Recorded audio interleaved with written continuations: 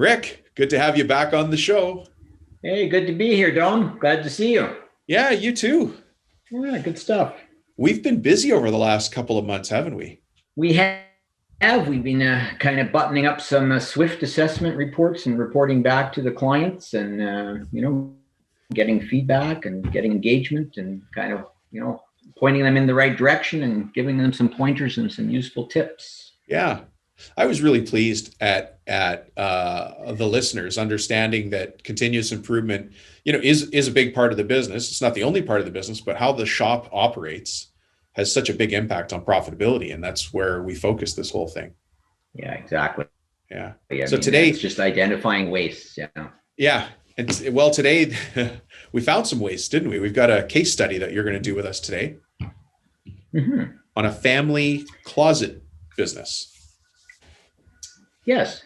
Yeah. So we did a Swift assessment for this closet company, and we certainly found some things that help them moving forward. And this company had yearly sales of about 1.15 million. They had about 6 production workers, and so when we broke those numbers down, we said, well, each worker is responsible for roughly $209,000 per year. That's contribution to sales.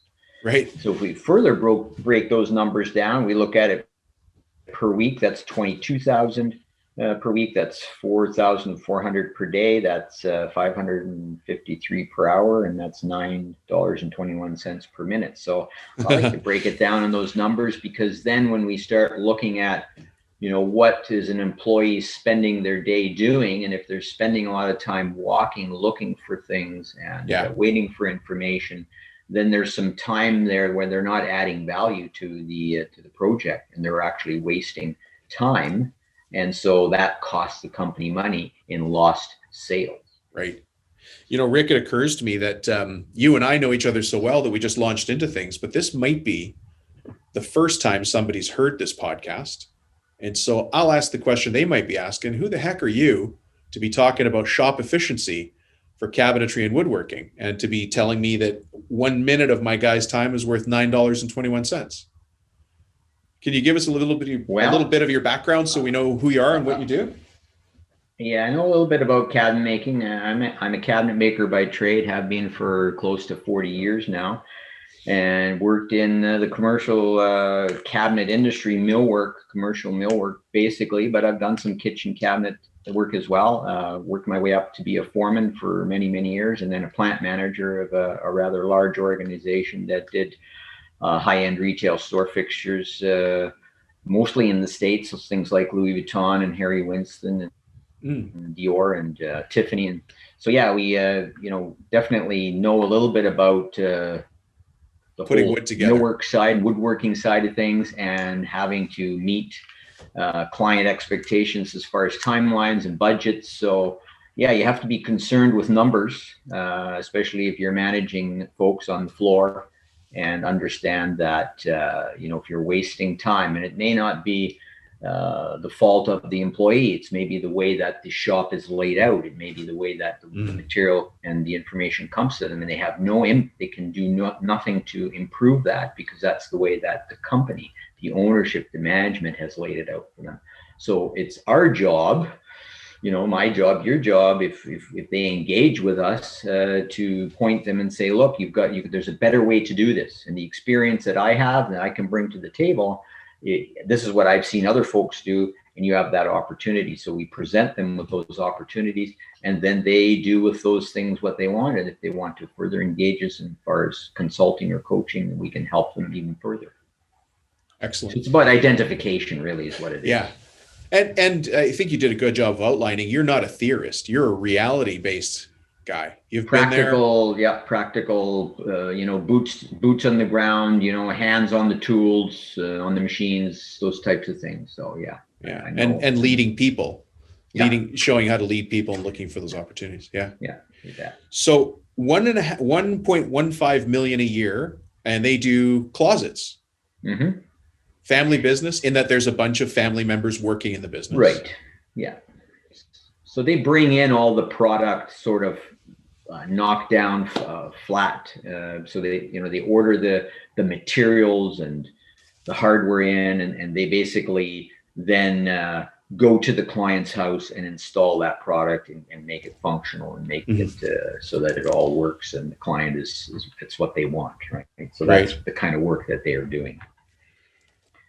So, we did a SWIFT assessment, and basically what a SWIFT assessment is, for those folks who don't know, we ask the client to shoot some video for us of things that are happening on a manufacturing floor, and show us the movement of the product through your facility, show us how the people are reacting with that product, how they interact with the equipment and the tools. And then we get a sense of how the product moves through the facility. We get a sense of how the people are moving, what tools they use, what are they looking for, how much walking they're doing, how much waiting time, because we get it in real time. There's actual video. And videos are usually about 15, 20, 25 minutes long. I've some folks have shot close to an hour long. It's a little lengthy, but it's still okay. We look at it and we sort of analyze what we see. And we see in a lot of cases, we see that people are waiting for things. They do a lot of walking, retrieving product or information. They do a lot of things where there's not value being added. So value, when that value is added, we're changing the form, fit, or function of the product, and the customer has to be willing to pay for it. Right. Non-value added activities would be things like rework, would be waiting, would be walking, would be moving product. Client's not willing to pay for that stuff. If you itemize that on their invoice, we had to move a whole, but because our shop is inefficient, we had to do a lot of moving of your product back and forth, and we had to restack things. If they saw that on the line item, they'd probably tell you to go pound sand, right? They would tell you to pound sand for sure. They would tell you that. So, but we build those wastes into our costs, and maybe sometimes unfairly, and then our project cost is higher when we're bidding a job than the competition, and the competition gets the job because their costs are lower. And we scratch our head and say, how did they get the job? They must be selling it, for a loss. Well, not necessarily. Maybe they're just more efficient than you are, and they can do it for that cost, whereas you can't. So then it becomes, how do you guys get as efficient as your competition, and hopefully more efficient, right? So you can get more market share. Yeah. Well, so many insights into this. And, Ric, you and I launched this SWIFT assessment as a beta version. We didn't know how it was going to work. We said, let's go find 5 companies, 5 listeners to the show, and see if it would be of value to them. Right. And I don't know if you found it funny, but the feedback we got just by you asking people for these videos was that people came back and said, hey, guess what I realized when I took the video? They hadn't even sent it to you yet. And they're like, oh, do you know what I saw? Do you know what I realized? And again, it's not their people coming in every morning going, I'm really going to try to put one over on the company. They're just working in the environment that's been built for them. Exactly. They're walking between the rack and the shelf and the bench because that's where their bench is. But the understanding that I think you brought to a lot of people in picking apart this video is really crazy. Mm-hmm. Mm-hmm. Yeah, well, I always tell the folks, nothing should be a monument in their shop, which means that everything should be movable. So, movable tool carts, movable tools, machines, if possible, movable benches, things like this, so that you can create a work cell where I can have everything close.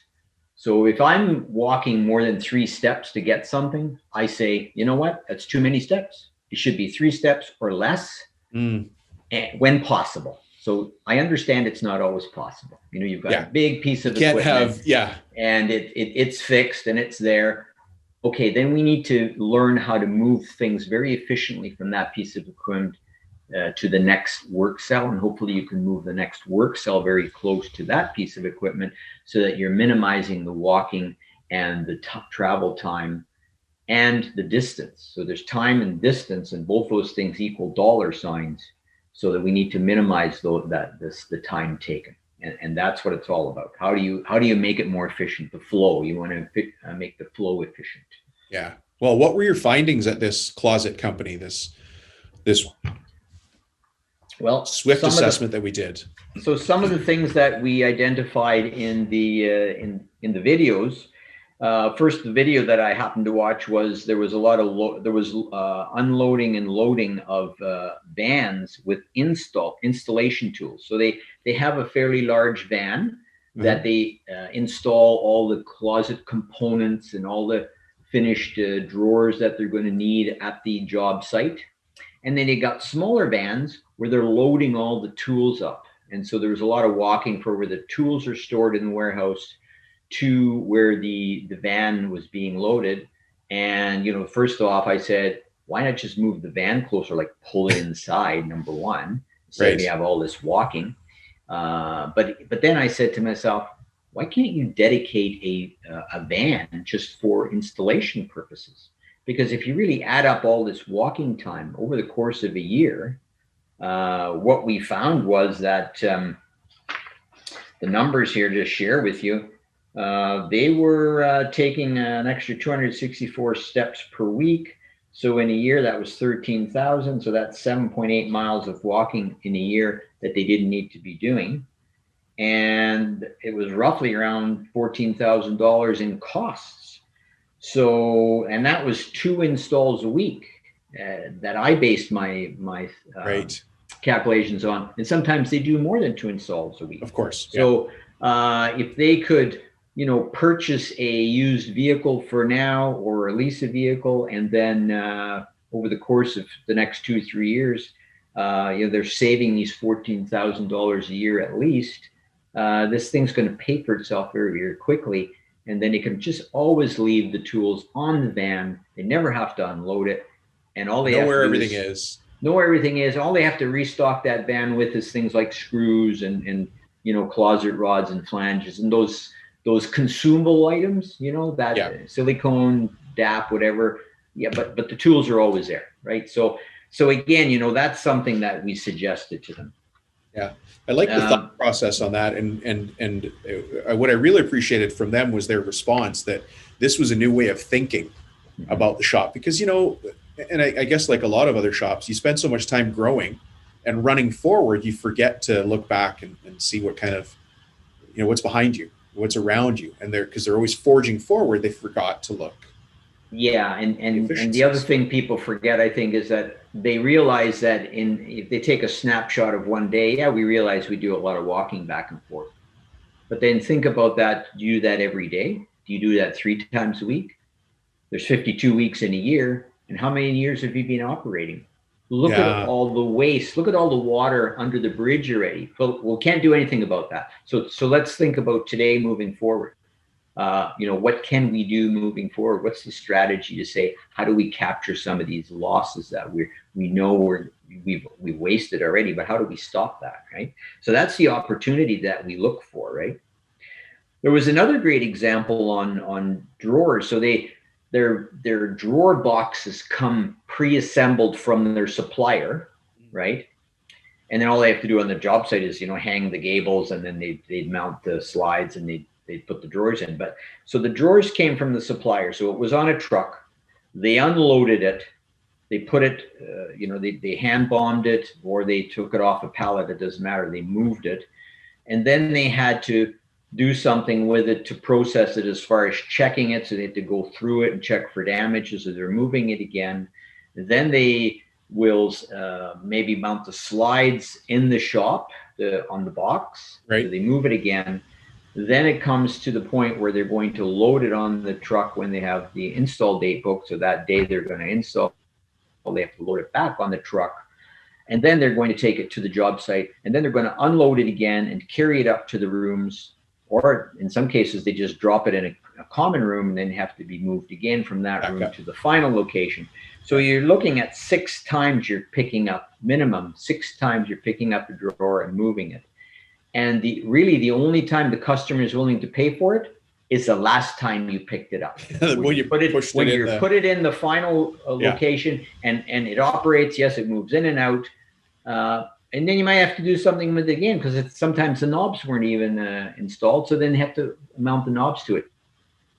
So 6 to 7 times you're picking up where the client's only willing to pay for it once. So I always say, well, you can't eliminate No, the I other mean, 5 some of those you times, need, right? but maybe we can reduce the amount of time, and maybe I eliminate 1 or 2 handlings of it. I'm still making a gain. I'm still reducing some of the wastes, the moving, which takes time. And remember something. Remember, Dom, this is important for all those folks listening.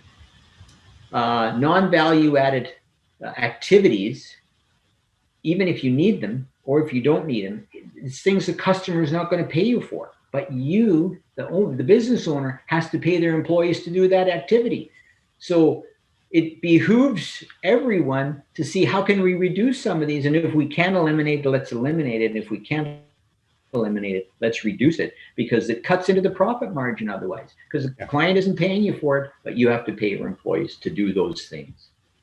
So that's the kind of thing that the SWIFT assessment helps uncover. We identify, and then we say, you have an opportunity here to do something with that. Now that we've given you that, look at that and say, is there something we can do to reduce or eliminate some of these wastes? Yeah, I think what I observe happening, because I'm smart enough to know that I take a back seat when you're doing the talking and when you're pulling these situations apart, is that I see that we're changing the mindset of the business owner to one where they're asking questions instead of being the one that comes up with all the answers.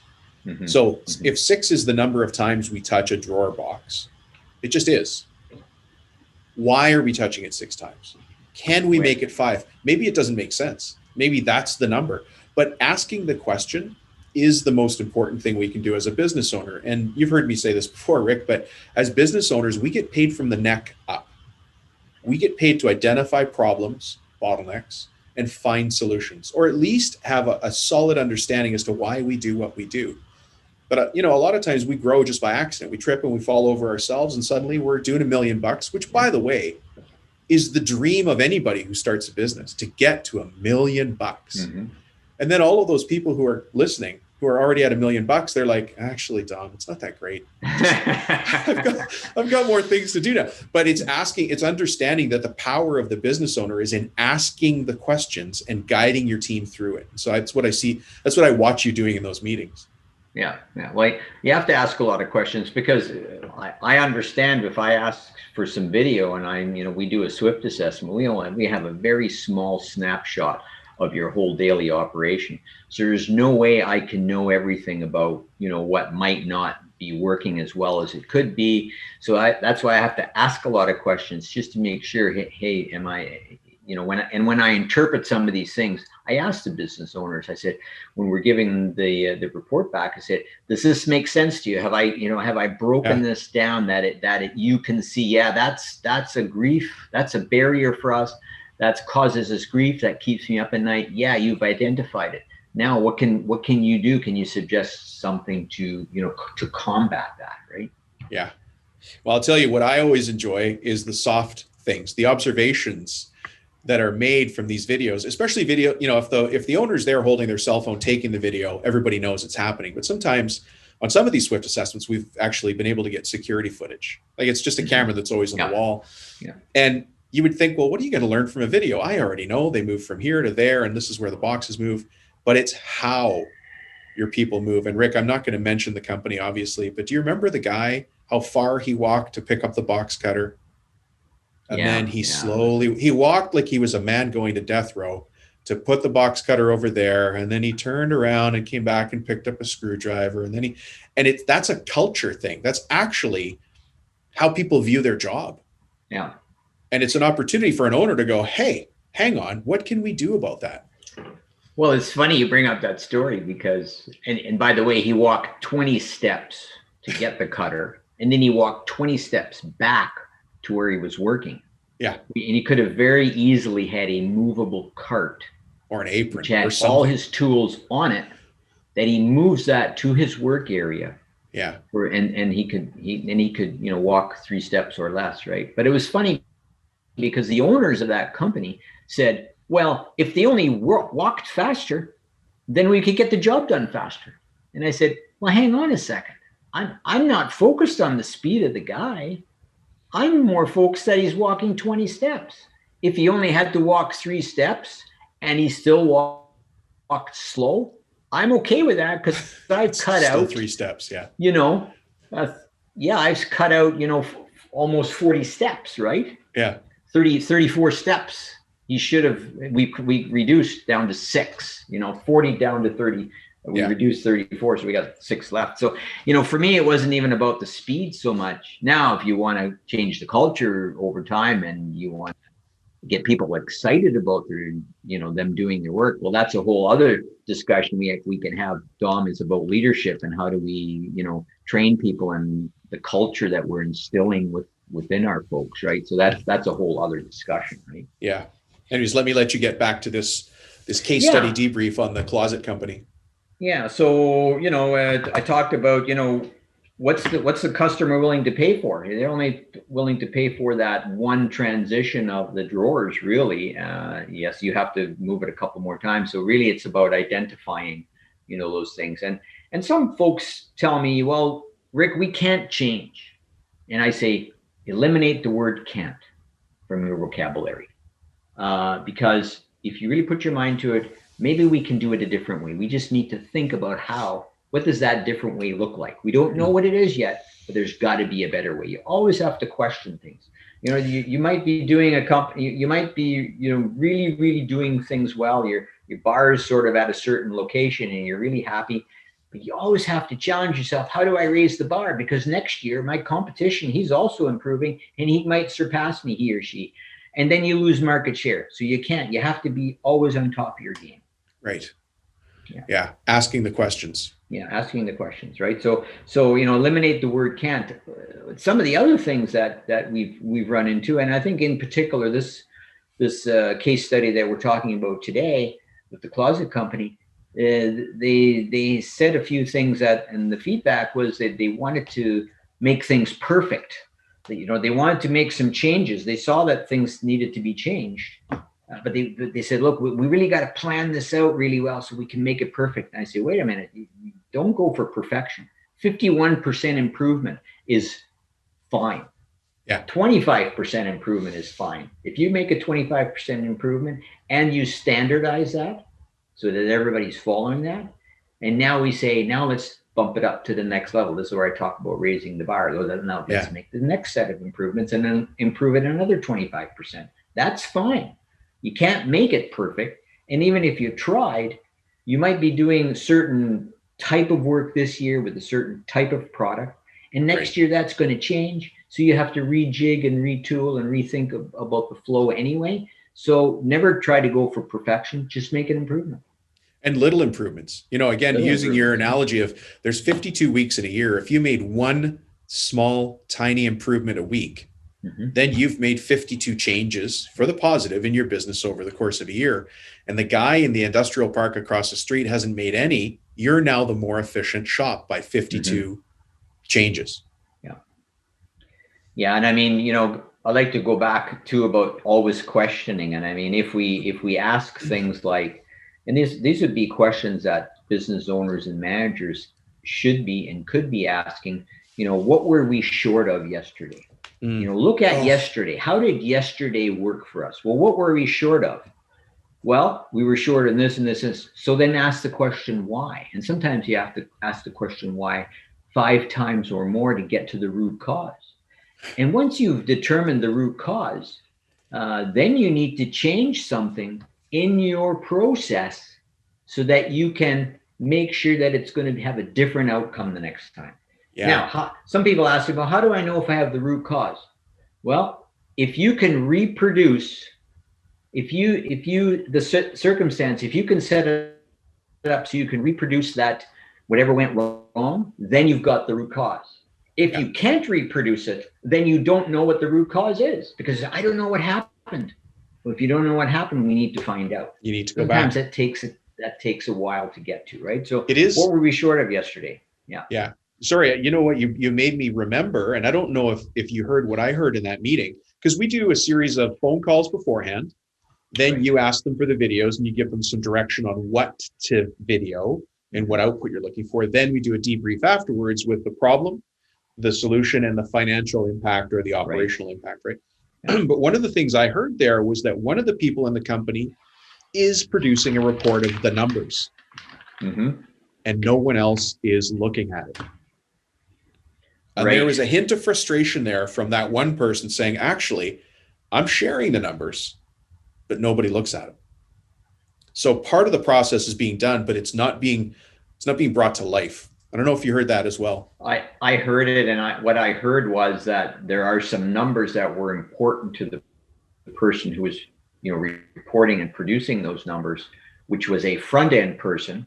And I'm not saying that in a disparaging way, because that's one hat that has to be worn. The front end is important, but the back end folks, the people that are, doing the work, producing, and then actually, installing it, I think they needed different numbers. They care about different numbers. And so the two have to kind of coincide, but we need to break it apart, because I want to know the numbers that I can have an impact on. So for instance, if you tell me, we're a $1.15 million company, and that's what we did last year. And this year we want to do 3 million. Now, Rick, you're on the floor. Get going so you can do that. I don't know how I can have an impact on that. But if you tell me, well, geez, it means that in a day, we need to produce 4,400 per day to hit that 1.15 million. And if we want to double our sales, let's say to 2 million, then we have to do almost $9,000 a day. Now I have a bit of an insight on what that might look like. And then, well, that means we have to move a whole bunch of product through the shop, getting it ready for installation. And then the installers have to be installing that per day to hit the numbers. And if it's $9,000 a day, and we look back in yesterday and say we only installed 4,000, well, what are you going to be able to install today? 4,000. Well, we're not hitting our marks. There's no way we're going to hit the 2.5 million or whatever, right? Yeah.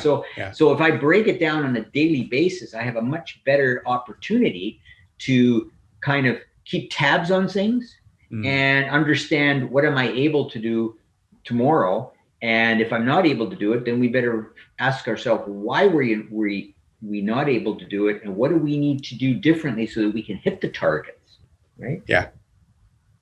That's why I look at it. That's why I like to break it down, that yearly figure, which is that sort of pie in the sky number, which is important for ownership. Yeah. It's important for ownership, but it's a big number. For workers, it means something totally different. Yeah. So getting back to questions again, I mean, the first important question, what were we short of yesterday? But another question, what didn't fit and why? So, we're assembling things. We're putting things together. We're getting things ready for the job site, whatever the case may be for the customer. We're moving the process forward. Things don't fit. Why don't they fit? We need to figure that out. And we need to fix the machine setup, or we need to give more training to the employee that's doing that particular function so that things will fit, so that they are there. Because fit and finish issues are one of the biggest barriers within an organization, manufacturing organization, when it comes to woodworking that I found. How do you mean fit? What do you mean fit and finish is a big barrier? Well, fit and finish would be things like, okay, so we're cutting a whole bunch of cabinet components out on the CNC router. We're moving those components over to the edge bander to get edge banded. They may move to a dowler and driller, drill and dowel insertion, and then they'll go for hardware insertion, and then they'll go for the box assembly. So if I'm putting boxes together and I'm missing one of the ends, guess what? I can't put the box together. So where's the end? I got to go back to the next process, to the process behind me, and say, is that end here? No. And then I go back. Wasted steps. So I'm wasting, but I can't finish the job. So now I've got to put that off to the side and assemble what I can assemble, and hope that sometime during the day that missing part or missing component comes and plays catch up with me so I can put it together. So that's fit and finish issues, right? Okay. I thought you were talking about on site as the closet's going in, the knobs are missing, the rack. Well, it could apply there too. Yeah. If I'm installing on the job site, then I better have all the components in that room so I can finish that room off and get out of there. Yeah. Because if I've got 10 rooms that I'm doing, let's say it's a rather large house, 3 floors, and I got closets everywhere, and and I can't finish one closet because there's components missing and they're still back in the shop getting edges put on. That's rework on site. Why did we even show up to job site? Yeah. We shouldn't even be there because we're just doing things over and over again. It's kind of like, this is a good analogy. Folks will get this, and you'll get it too, Dom. It would be kind of like I'm in the lunchroom at my work and all the coffee cups are in the dishwasher, but I want a cup of coffee. So I'll just dispense the coffee on the counter, put it on the counter right now. Oh, then 2 or 3 minutes the dishwasher's done, I can grab a cup and then I'll try to sop all that coffee into my cup and drink it. Why would you not wait till you have the cup? Then what a horrible visual you've just given a whole bunch of clean freaks out there. But listen, this is what folks are doing. That's true. I see it all the time, and it just drives me up the wall. Why would you do that? You would never do that with coffee. So why are you doing it with your cabinet components, your woodworking? Doesn't make sense. No. And that, a lot of that goes back to communication and planning out a job when you're on site. Specifically, if we're doing this, going back to the case study, I know they said they had some closets in tight spaces, like up at the top of a set of stairs or something like that. And there was a lot of back and forth, up and down in the hallway to get things up there that they felt were necessary as part of the build, as part of the install. But I think they were missing staging opportunities, bringing everything to the main landing and then, shortening the trips where they could. And it's only by really being involved as the owner or as the foreman or site lead, install manager, and just really being, when I say critical, I don't mean it in a negative way, but auditing your own operations. Why are we doing what we're doing? Could it be done a bit better? Yeah, well, that sort of came out because we found out from the sort of the main site supervisor that he went to site and he didn't really he had some loose expectations, I guess, but he didn't really have a really set script of how he would like to see this thing go once he got to site. So once he got to site, he was very easily knocked off his expectations because there'd be other sub trades there, and then not really knowing what was going on there. And then he had to make a whole bunch of adjustments and allowances to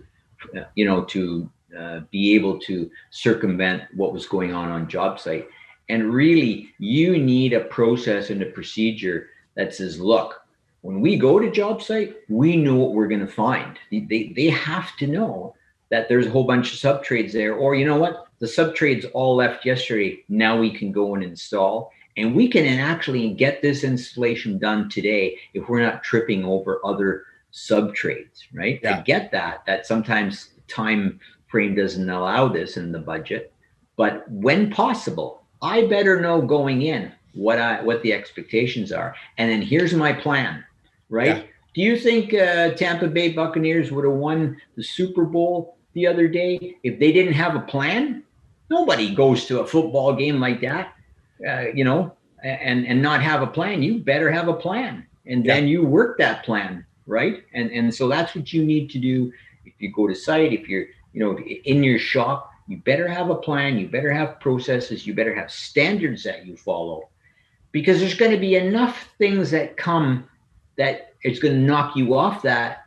But if there's going to be less of them, if you have a process and a standard, it's going to be less of that fire putting out that you have to do. 20% or less. But if you don't have a plan, 80% of what you deal with, it's all going to be reactive. Yeah. I'm gonna keep it inside the case study, but one of the things that happens, and I remember hearing this from the installer side of the debrief, but this is feedback that I get, and you probably get as well, Rick, about lean. And somebody listening to this show right now saying, it's a pretty good episode, but you guys don't understand. We do architectural millwork. We do custom furniture. We're not just cranking out carcasses. Every job is different, so we can't put a system in place. We can't be lean because every job is different. I can see your face already. You're not pleased with that. But remember, we hear that. And I know we were talking about this on the job site because he said, we show up, we don't know the site conditions. And then you came back and talked about process versus product. Well, yeah. So, the reason I was sort of turning my nose up at that, because I hear that quite often. And the first thing I tell people is, there's really no such thing as custom. But a lot of people won't buy that. So I won't make that bold statement. No, I say it. But what I will say is I agree. Parts don't repeat. Parts meaning, yes, every day we do something different, right? Different product, different sizes, different, but listen, the processes do not change. If I'm in the shop, I have a sheet, I have to cut it. Then I have to edge it. Then I have to machine it somehow. Got to put holes in it, grooves, hardware, so those processes are the same. And then I have to assemble it, and then I have to finish it off, put hardware on, get the doors hanging, get the drawers functioning. If I have to put a finish on, I gotta stain it, I have to lacquer it. I get all that, and it's a different finish on every project. But you're finishing. It's right. A finishing process, right? So there you can have process steps. When you do this type of finish, you're always doing it this way. That's right. When you get out on the job site, well, I install. I have to take product and I have to move it to the location. So that's a process. How do we do that? That's just it. Repeatable all the time. So that you're doing that all the time. And then I have to find the blocking in the wall or the studs in the wall so I can anchor the product to. Well, that's the same thing you do every time. That doesn't change. Whether you build widgets, little tiny decorations that hang on the wall, or I'm hanging wall paneling or cabinets or whatever the case may be, shelves, floating shelves, it doesn't matter. You've got to anchor it. So those processes, look for the processes that are repeatable and standardize those. And come up with a game train plan to those standards. So your people know, this is what I'm doing. This is the way I do it every time. Yeah, this piece is bigger, this piece is smaller. It's a different wood species. It's a different type of melamine, plastic laminate, whatever the case may be. Doesn't matter. So, Ric, take us through the numbers on this. Is there any impact numbers that you had, any ROI that we found in this Swift assessment? Oh boy, he's got paper. Look at I have a feedback from the client. So, this Swift assessment under the beta program, the first 5, they paid $750 for those folks who don't know. So that was $750 for the report. They get to keep it. They get to utilize it, print it off, share it with whoever they want. But one of the questions I asked them, I said, if your firm were 100% successful in the implementations of the principles and training and recommendations that were presented to you, what impact do you anticipate to the company's bottom line over the next year? And this particular closet company said, well, it's in their neighborhood of $75,000 to $100,000. We feel that that's the gain that we're going to have. So if I say that, if I compare those figures to what they paid, it's an ROI of 133 to 1, which is pretty darn good, right? I'd take that. It's like, okay, if they only implement half of the things and only half of them stick, then it's still 66 to 1 ROI. So however you want to spin it, for those people that like to spin numbers, I can spin with you all day long. They're going to have an opportunity. They're going to make an improvement here. Even if it was 10 to 1, it doesn't matter. It's an improvement. It's a gain, right? And it's year over year, day over day. You're going to keep repeating that improvement. Exactly. That's The good thing is, Ric, that it's not $750 anymore, because now we did the first 5 people who were willing to be our guinea pigs. That's right. Yeah. But let's go back and see what the what other impacts you found. What were some of the problems, the solutions, and the impacts that you saw with this closet company? Or maybe as a summary, because we'll start to wind down. Well, the big thing was, I think, that we talked about the drawers from the supplier, picking them up 6 times. And certainly, I think there's always a 50% improvement that could be made there. So I already gave, one of the things where he said, if we reduce the steps by a modest 50%, so think of this 3 steps or less, because I know you have to make some steps to get whatever it is you need to get for the next operation. But if it's 3 steps or closer, then I'm reducing a lot of these steps, these non-value added activities, which are steps, which take time. So I said, if you make a modest 50% reduction, we're taking the 264 steps that were taken for this one particular operation down to 132. So we're saving 132 seconds and $132, because remember my rule of thumb, 1 step equals 1 second equals $1. It doesn't matter what your sales figure are. It really doesn't matter. because administrative costs are also built into somebody's, wasted time.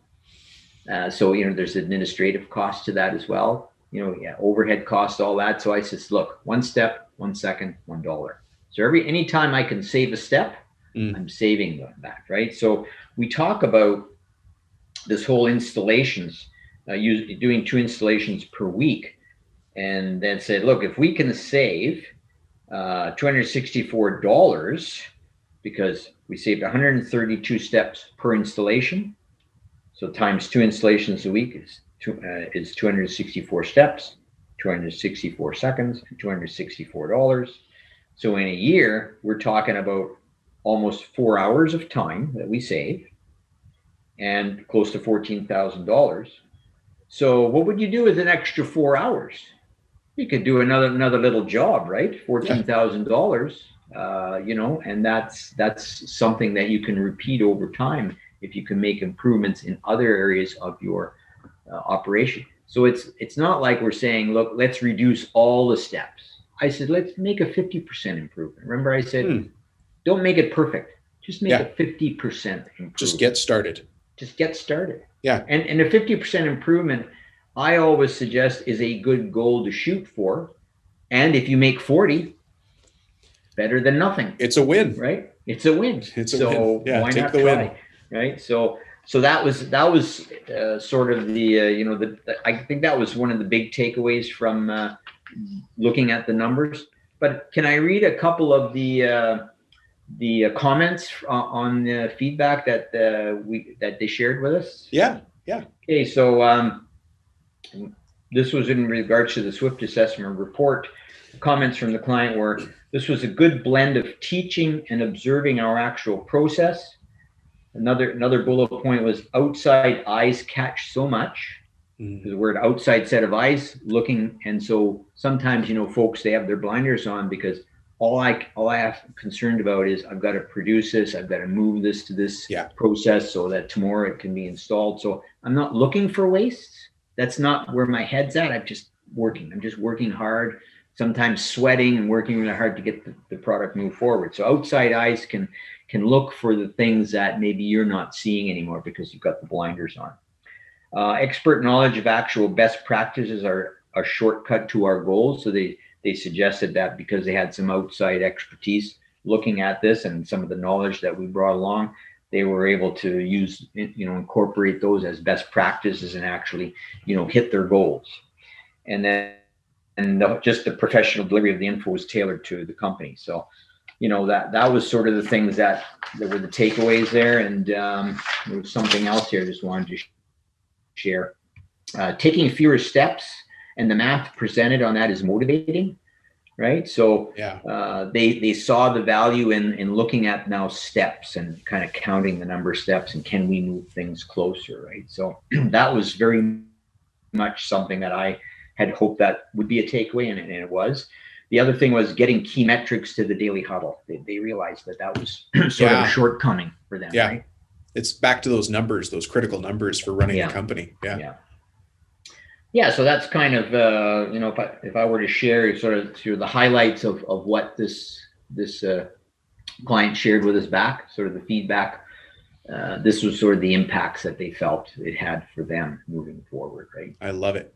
Yeah. Ric, thank you. And to our guests who are listening, Ric and I did this you know what a beta test is, folks, it was a trial. We did it as a trial to see if anybody would have interest. So we've done 5 now.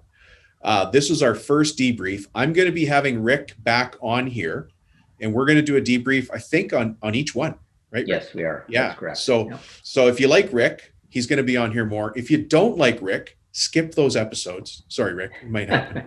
Hey, no problem. Not everybody likes what's offered on the smorgasbord. So, so on the buffet. So, you avoid those things, and I'm totally fine with that. Well, we could get the feedback that they want more Ric and less Dom. So the sword cuts both ways, right? Maybe we don't want that feedback though, right? The delete button exists. Yeah, but exactly. But I am very pleased with the diligence that you put into this, and you're very committed to making sure the value's there for people. And boy, you bring out some things that you just loop them back into, what's most important. So thank you for doing that. And I'm looking forward to having you back. Um, I appreciate that. Thanks. yeah, if somebody wants to find out more about doing a Swift assessment for their own shop, you know, a lean and continuous improvement assessment of their place, Mhm. how would they do that?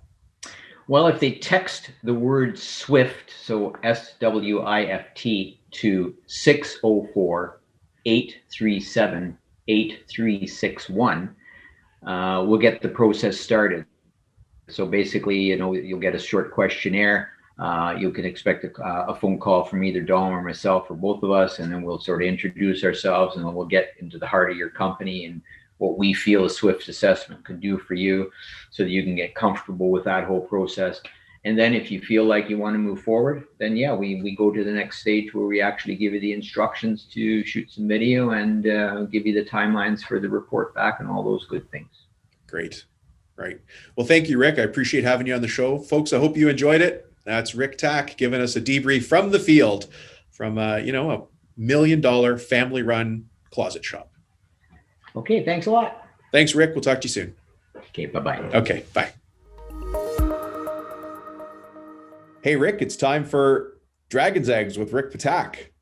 So, Ric, can you give us something from the world of a foreman who's consumed with lean manufacturing? Sure. So I learned early on when I was a foreman that I needed to take care of the dragon's eggs that were in the shop, and then I wouldn't be battling the dragon. So what I mean by that is, imagine, if you could find the dragon's eggs before they hatch into a dragon and grow into a fire-breathing dragon, you'd be taking care of the dragon before they became a problem or a large fire. So it speaks to being proactive. It speaks to looking for potential issues that are going to happen down the road. It speaks to making sure we have supplies when they're needed, where they're needed. It makes sure that we don't have a lot of waste happening where people aren't walking around the shop looking for product, looking for information, looking for materials, things like that. So the call to action here is maybe if you need help with that and you need some guidance on that, you can ask for a Swift assessment. And in order to do that, you just text the word Swift to 604 837 8361. And Dom, that's your Dragon's Eggs for today. Perfect.